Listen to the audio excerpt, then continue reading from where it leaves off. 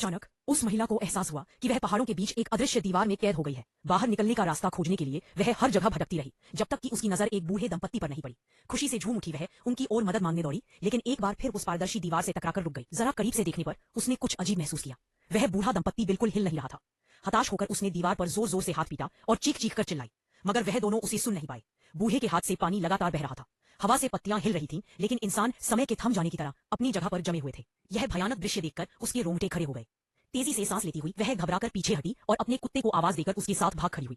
वह आधा महीना तक उन्हीं एल्प्स पहाड़ों में फंसी रही। हर दिन वह दीवार की जांच करती, लेकिन वह कभी गायब नहीं हुई। जो सहकर्मी उसे यहाँ लाई थी वह भी कभी वापस नहीं लौटी। एक रात भोर होने से ठीक पहले उसे अचानक बाहर शोर सुनाई दिया।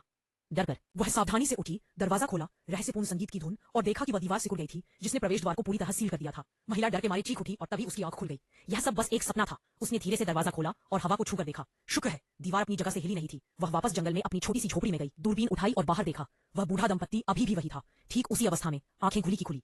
पागलपन की हद तक पहुंच चुकी उस महिला ने हमेशा के लिए उस अदृश्य बाधा को तोड़ने का मन बना लिया। वह अपनी लाल स्पोर्ट्स कार में कूद गई, एक्सीलरेटर को पूरी तरह दबाया, संगीत को फुल वॉल्यूम पर बजाया और सीधे आगे की ओर टक्कर मारने के लिए दौड़ पड़ी। लेकिन टक्कर से कार चूर चूर हो गई, उसका सिर फट गया और वह दीवार पूरी तरह से अटल रही। फंसे रहने के 131वें दिन बारिश हो रही थी। तभी से अचानक बाहर एक कमजोर सी आवाज सुनाई दी। बाहर जाकर उसने देखा वह एक छोटा नन्हा बिल्ली का बच्चा था। उसने उसे बचा लिया और अब उसके पास नए साथी थे, एक बिल्ली, एक गाय, एक कुत्ता और वह खुद पहाड़ों में एक साथ रह रहे थे।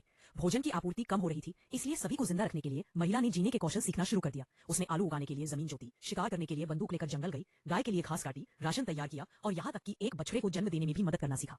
मौसम बीतते गए और महिला धीरे धीरे अपने अलग थलग जीवन की आदी होती गई। उसने अब भागने या बाहरी दुनिया के लिए तरसने के बारे में सोचना छोड़ दिया था। ताजी पहाड़ी हवा में अपने कुत्ते के साथ धूप में रहना इतना बुरा नहीं लग रहा था। लेकिन एक दिन अपनी टक्करग्रस्त कार की तलाशी लेते समय उसे अचानक एक नक्शा मिला।